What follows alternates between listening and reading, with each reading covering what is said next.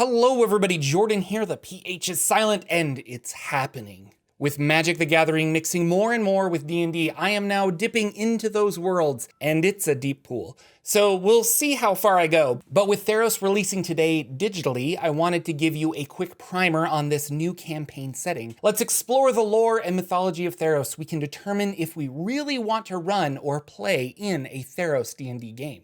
Let's dive in. Dungeons & Dragons gets a lot of its monsters, gods, and themes from mythology. One of the reasons I love D&D is because of mythology. Theros, although a Magic the Gathering setting, is a world of gods, monsters, and heroes, which is exactly what D&D is for many people. It makes sense that this Greco-Roman-ish setting has made its way into Dungeons & Dragons. Many stories start with heroes battling vicious monsters to protect others. Inspired by Greek mythology, the setting has its own separate pantheon, but like Greek mythology, the gods act a lot like people. They can be greedy, lustful, protective, vengeful. Also, the gods are very present in Theros, creating champions, the heroes, that have an active role in the world. Because the setting's involvement with the gods is so large, it makes sense for characters to gain benefits from a deity even while not playing a cleric or paladin. Special traits and supernatural gifts are bestowed by the deities of Theros. Theros is a plane, which in the Magic the Gathering setting is a self-contained world or universe. Really, it can be of any size and is found within the multiverse of magic, so Theros is technically a plane, but it's easier to think of it as a planetoid where your adventure will take place. Theros is divided up into three main realms: the normal world of the living, or the mortal realm; Nyx, which is a paranormal realm of dreams and subconscious thoughts. This is also where the gods dwell. It is a starry place. Finally, the underworld, which is the subterranean realm where the dead end up and dwell. From a Greek mythology comparison, we have Earth, Mount Olympus, and Hades.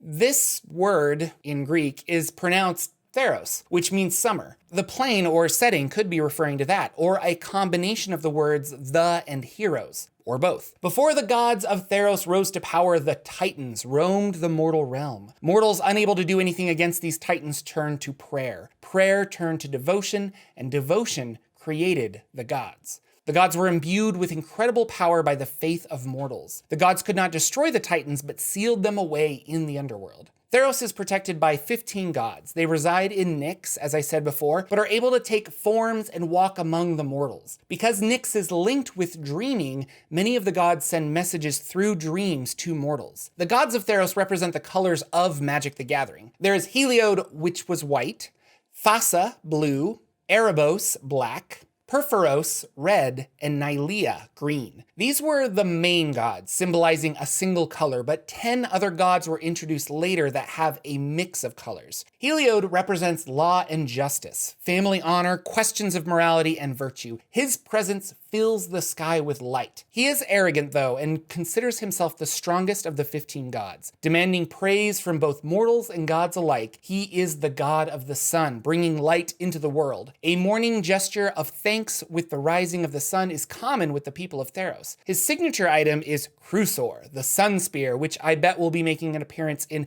Mythic Odysseys of Theros. Fossa is the god of the sea and aquatic creatures. She covers more abstract ideas too, like vast distances, long voyages, and ancient knowledge. Slow to anger, but direct and absolute when she is provoked. Her signature weapon was a bident, named Decala.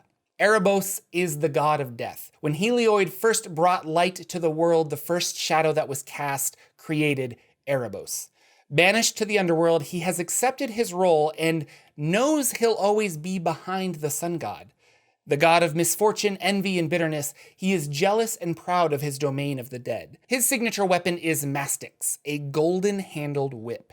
Perforos is the god of the forge, the fire, and the earth. Heat and energy, labor and passion to transform chaos into acts of creation. He's the god of artisans, obsession, creation, and destruction. A divine blacksmith, he is easily frustrated. His signature item is Akmon, a large hammer whose head is similar to an anvil. Finally, Leah is the goddess of the hunt, seasons, and the forests. She is the goddess of predators, hunger, metamorphosis, and rebirth. She watches over the creatures of the forest and dislikes temples and construction in general. She is aloof but thoughtful, and quick to anger if something threatens her realm. Best to leave nature wild and untamed. Her signature item is a short bow called a Fixus. I feel Theros will appeal to most D&D players. When I think of D&D, part of what makes it Dungeons & Dragons to me, standing apart from other RPGs, is you are a hero. You are not a regular person, you're special. Theros is all about heroes and how they interact within the world. I like the idea of giving characters supernatural gifts,